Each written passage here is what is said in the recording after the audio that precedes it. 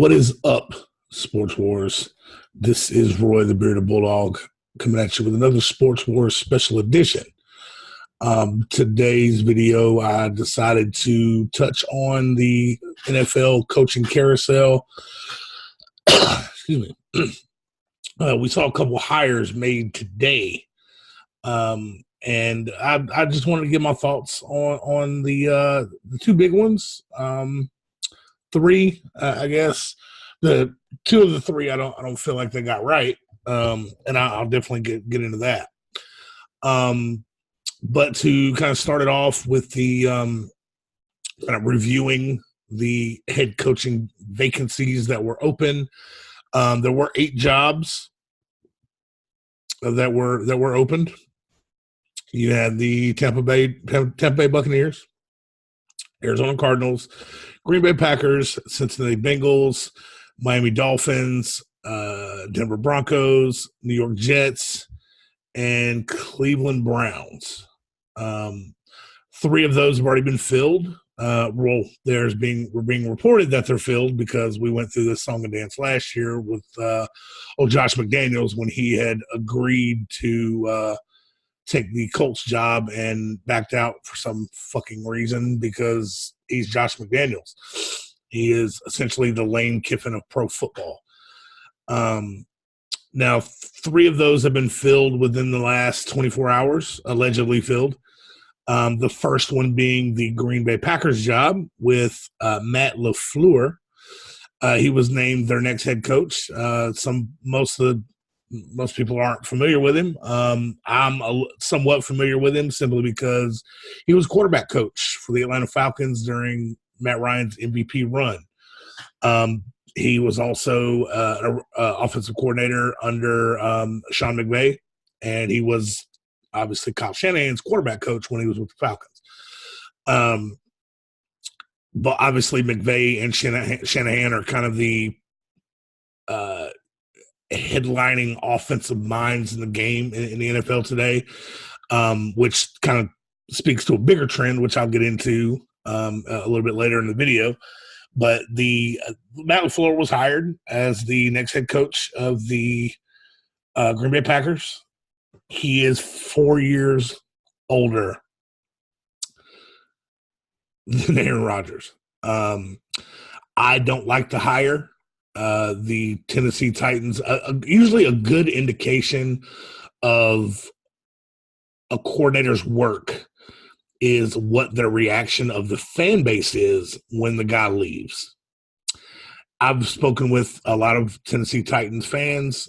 We have several in our group, not obviously hardcore fans because there's not a whole lot of bandwagon shit going on with Tennessee Titans. And everyone that I spoke to is ecstatic that this guy is gone. The offense was ranked in the 20s. I think 25th in yards, 22 in scoring.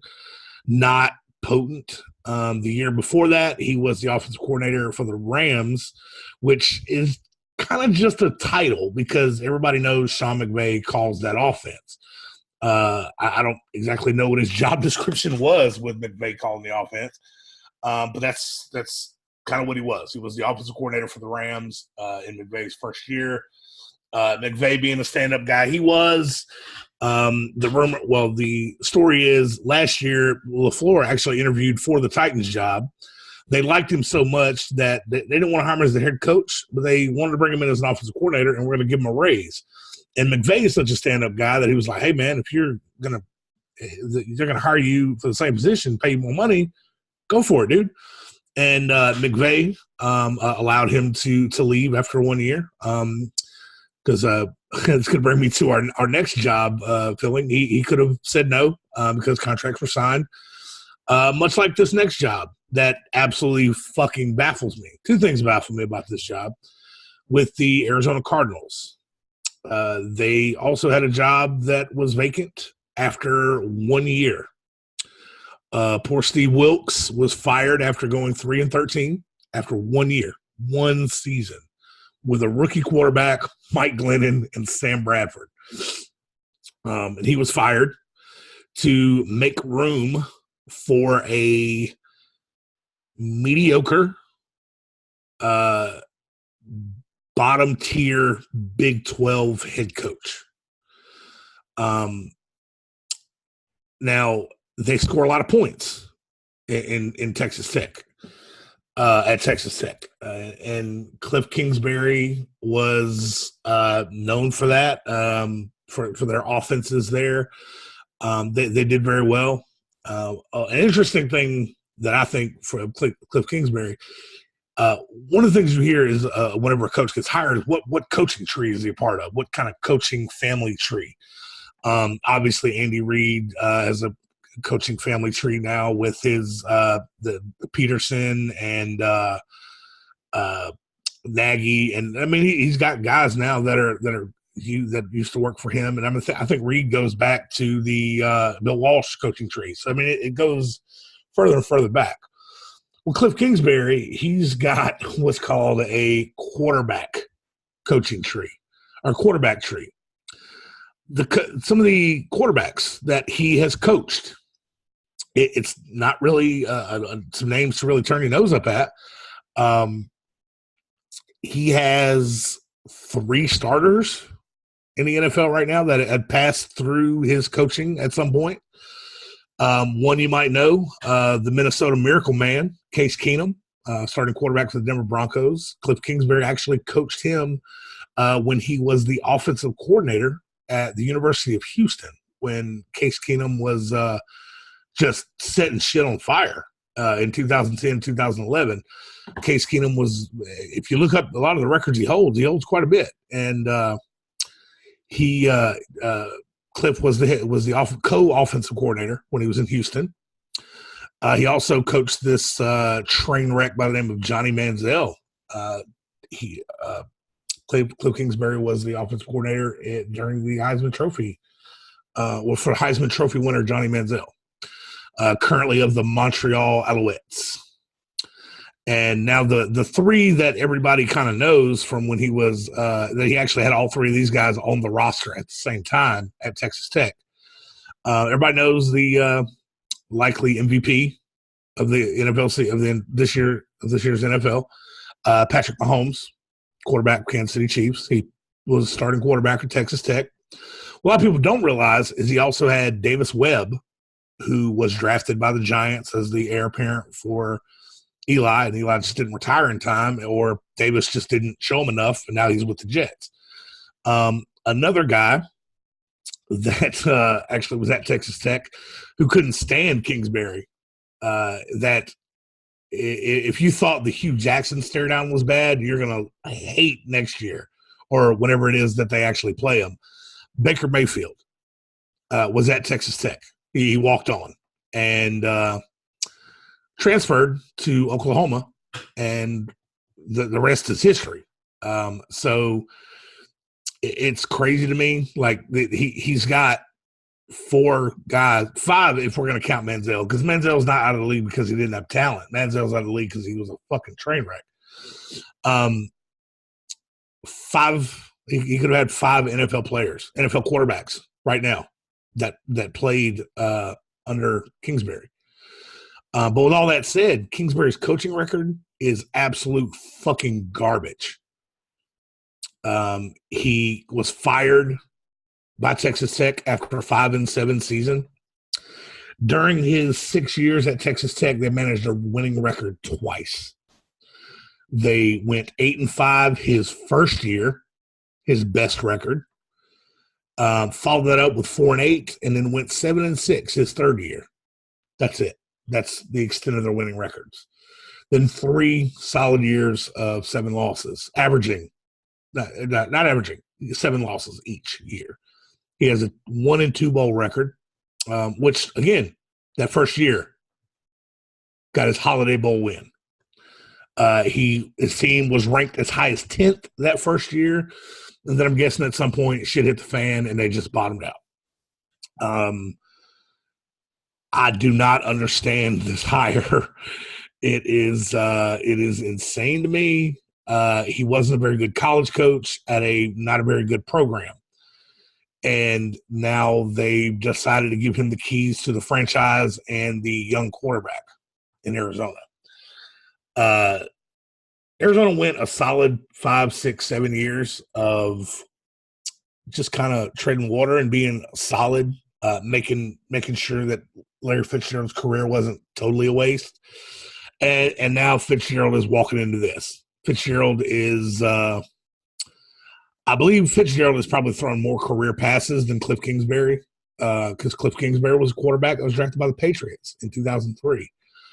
Um, but this is, to me, is an absolute train wreck of a hire. This is not going to go well. They gave him a 4-year contract with an option for a fifth.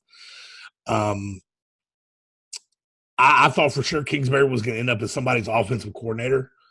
If the crazy thing is my thought was that Josh McDaniels of Indianapolis Colts fame and now current New England Patriots offensive coordinator, my thoughts were that he was going to be hired as the head coach in Green Bay, and they were going to bring Kingsbury in to be the offensive coordinator in New England.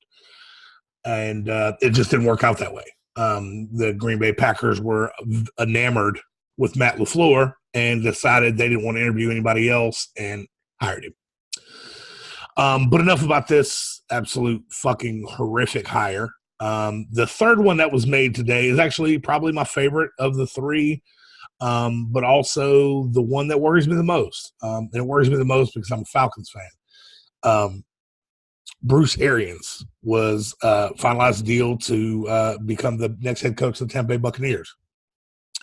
And with him, he is rumored to be bringing former Jets head coach Todd Bowles to be his defensive coordinator. This is kind of you may remember that combination because they were part of those really good Arizona teams. Todd Bowles was defensive coordinator in Arizona while Bruce Arians was there. They had some very good teams. Arians apparently does have a close relationship with the general manager in Tampa, Jason Licht. Not sure how to pronounce that. And apparently he does have a relationship with Jameis Winston as well. They've worked together in some youth football camps. I didn't know that. But the Bucs have had double-digit losing seasons 7 out of the past 10 years, and they've gone through 4 head coaches since firing John Gruden 10 years ago. They have the second longest playoff drought in 11 straight seasons. Go big or go home. That's pretty much what this hire is. This one makes the most sense to me. It does concern me as a Falcons fan because I know Arians is a solid coach. I know Bowles is a damn good defensive coach. It's going to be very interesting, but I do think that's going to take a couple years to turn around. Arians has to decide what he's going to do with Jameis. I think that's going to be top priority there. Now, some of the other head coaching jobs that are open and kind of the rumors that are going with it, the Cincinnati Bengals job is still open. I still think that it is a colossal joke. I think the inside joke is that they're going to hire Hugh Jackson. Excuse me. I do think that they're going to hire Hugh Jackson, which is going to be hilarious, but it's going to make those Browns-Bengals game must watch. They've also interviewed Mike McCarthy. I don't see that as a job Mike McCarthy would want because he's not going to a place that's looking to win right now, apparently. They also interviewed a former Cincinnati Bengal, a guy by the name of Eric Bieniemy. I'm old enough to remember when he was a running back, a tailback for the Bengals. He is current offensive coordinator for the Kansas City Chiefs, which, as anybody who has followed football for the last 5 years, apparently is you're punching a ticket to be a head coach at some point. Nagy, Peterson, I mean, the list goes on. Another name that's brought up, and he's actually been brought up with 2 separate jobs. Freddie Kitchens, he was the offensive coordinator for the Browns once they got rid of Todd Haley, who just basically let Baker Mayfield go and do his thing. And the offense showed that the offense looked better. Freddie Kitchens actually is being interviewed for the Browns job, which I got to think he's the favorite for that job as well, just because they saw the work he did with Baker. Baker's their number 1 priority right now. there are a couple other names being thrown around with the Browns. The Browns actually a pretty appealing job for the first time in a very long time. Um, I got to think Jim Caldwell is another name that's being thrown around for a few of these jobs. I know he's being mentioned with the Dolphins, or excuse me, with the Jets, but I think McCarthy is going to be the guy that goes there. The Denver Broncos is an open job after firing Vance Joseph. I do think that they're going to go with an established name as opposed to one of these new up-and-coming guys. Kind of the underlying – they're also one of the few teams that when you mention the head coaching candidates, they're not one of the guys – they're not one of the teams that's going with the offensive guy. I think that's the theme so far is, I mean, Packers hire offensive coordinator. Cardinals hire a former quarterback turned head coach who was an offensive coordinator. He's known as an offensive mind. Bruce Arians was offensive coordinator for the Colts and also a couple other teams along the way, but mainly for the Colts. He won he pretty much got the Cardinals job because when he took over Pagano when he was being treated for cancer. A lot of these job openings, Miami Dolphins, they're going with. They also interviewed Bieniemy. There is, I mean, it's a lot. The Broncos are the only team that's not going with specifically a offensive guy. That Mike Munchak is being interviewed, but he is an offensive line coach. But he is considered one of the best offensive line coaches in the game. They're also interviewing Bears defensive coordinator Vic Fangio. I would be surprised if Fangio does not get a head coaching job soon.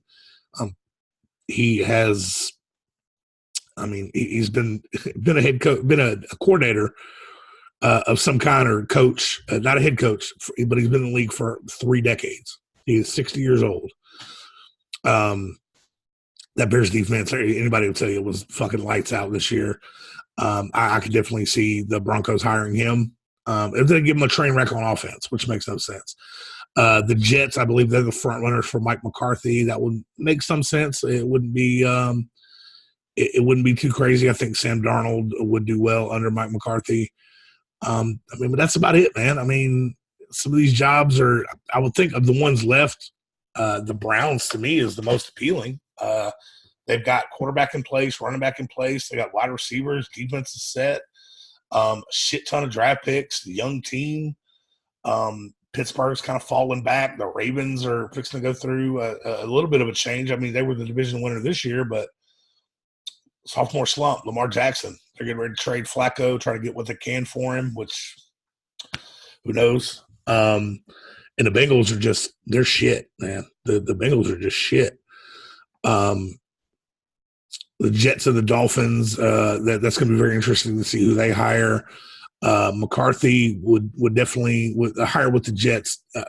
McCarthy going to the Jets means that they're trying to transition into an actual contender to try to line up with the Patriots. I don't think the Dolphins are going to do that. I think the Dolphins are going to they're going to get a transitional guy while they attempt to blow this team up. I think this team is it's run its course, and the Dolphins are they're going to try to do what they can to get it sorted out, man. It's pretty crazy. Let's see if we got some breaking news here.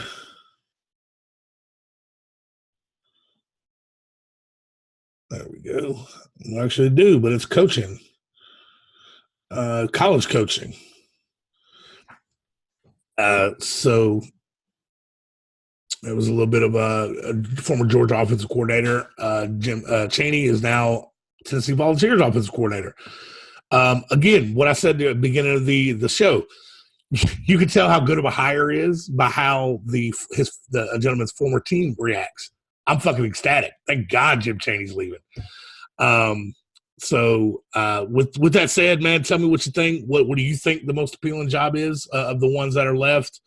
Let's see. The Broncos, Bengals, Browns, Jets. Broncos, Bengals, Dolphins, Broncos, Jets, Browns. So who do you what job is the most appealing? Who do you think is going to end up where? Comment below. Tell me what you think. Tell me what you think about the hires that were already made, man. What do you think about Arians to the Bucks? What do you think about Kingsbury to the Cardinals and Matt LaFleur to the Packers? Tell me what you think in the comments. Like, subscribe, Geeks and Gamers Network. Subscribe to both channels. Tell us what you feel. And as always, always, fuck Tom Brady.